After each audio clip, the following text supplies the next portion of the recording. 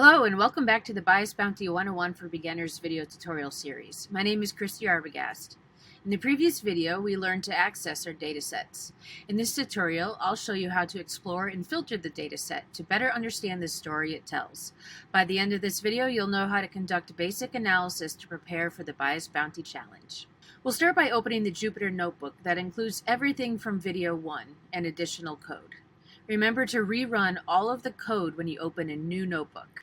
I'm including a link to this notebook in the description below, so be sure to click it. Let's try some basic pandas functions to inspect the data. Start with the head and tail functions to see the first and last 5 rows of our dataset. Now we can see what type of information is stored in our dataset and examples of what is in each row. Next, let's use the info function to see column names, non-null counts, and data types. You can see here the names of all of our columns, as well as how many rows of data there are. And we can see the data type here, where int64 stands for an integer and object stands for text. I've included more inspection functions in the notebook below to explore. Let's check some basic math on our numerical data. Let's ignore columns like ID numbers and focus instead on conversation length.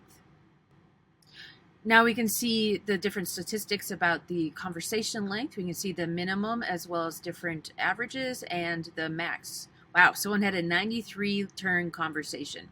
That's impressive. The dataset categorizes conversations into 2 groups, category name and challenges name. For the purposes of the Bias Bounty Challenge, we'll primarily be focusing only on the challenges name. So I'm curious about the number of conversations within each challenge name and their acceptance rates. So follow my 5-step process in the notebook. When we run the steps in these columns, we're filtering our data set by various factors, such as the submission grade and what the challenge's name is. Now we can see the different categories of the challenge's names and how many were accepted. Now, another useful thing that you can do with pandas is that you can filter multiple columns with different criteria. So I'm curious about how we can analyze the average conversation length for accepted challenges. We'll use challenges name, conversation length, and submissions grade. You can follow along on my 5-step process in the notebook where I outline the code and what each line of code means.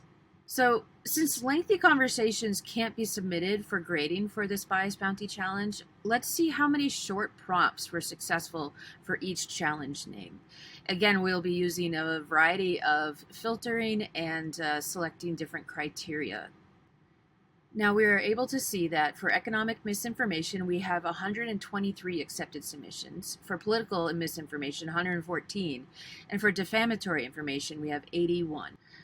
So when we run our code to try and read some of the conversations, like we do down here in step 4.4, we find that it is actually really hard to read, especially if we are trying to read the conversations part. And so there actually is a better way for us to view this data set. So first we're going to go over to Hugging Face. We're going to log into our account and use their data viewer instead. So join me over there. So here we are in Hugging Face. I included the link to where our data set is stored in the description of the video below, so click that. Now what is really useful about the data viewer is that you're able to easily toggle between the different data sets. So we have bias, factuality, and misdirection. Since we're working with the factuality data set, I'm going to click that one. What is really useful about the data viewer is that you're able to see the value distributions for each column as well as the data type. So for example, here under submission grade, you can see how many were unsubmitted, how many were rejected, and how many were accepted. You can also perform some filtering and sorting on the dataset values.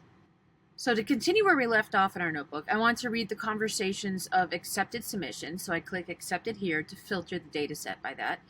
And I want to read the shortest conversations. So let's sort conversation length ascending. And now we can easily read the various conversations that were successful by clicking on any of the rows. Thank you for watching. This is the second video in a series. We'll post the remaining videos soon, so watch our socials. All videos will also be on the Humane Intelligence website under Resources. See you next time.